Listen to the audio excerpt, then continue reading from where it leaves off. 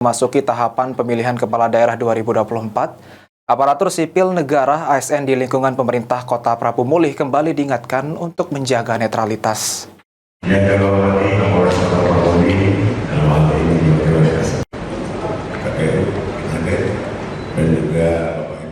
Memasuki tahapan pemilihan kepala daerah Pilkada 2024, aparatur sipil negara ASN di lingkungan pemerintah Kota Prabu Mulih kembali diingatkan untuk menjaga netralitas. PJ Wali Kota Prabu Mulih Elman mengatakan, ASN agar tidak memposting di media sosial untuk mendukung salah satu pasangan calon, apalagi sampai mengajak atau ikut berkampanye mendukung salah satu pasangan calon.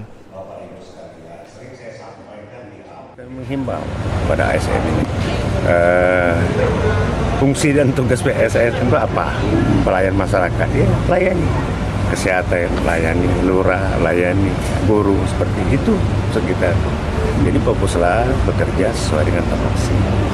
Karena memang kita sama ASN, itu kita pertama fungsinya ya supaya Kota Prabu Mulih sejuk, aman. Pak, ini kan masa kampanye ini, Pak. Ya. Gimana kalau kedapatan ada ASN yang kan ada penyelenggara.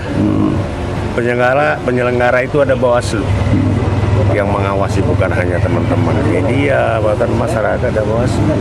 Itu sering saya sampaikan risiko nanti kalau terdapat indikasi, kan kita terus menghimbau sebagai pembina kami dengan ASN terus kami himbau. Tapi kalau tidak dihimbau ya gimana? Artinya kan itu mungkin ada sanksi dari kita, Pak? Ya jelas pasti sanksi dari pemerintah sendiri, nanti ada sanksi. Seperti apa itu, Pak? Ya, macam-macam sanksinya, kita lihat aturan nanti. PJ Wali Kota Prabu Mulih berharap ASN harus bekerja sesuai dengan fungsinya dan melayani masyarakat. Fokus bekerja sesuai dengan tupoksinya masing-masing. Anggi Perkasa, PAL TV.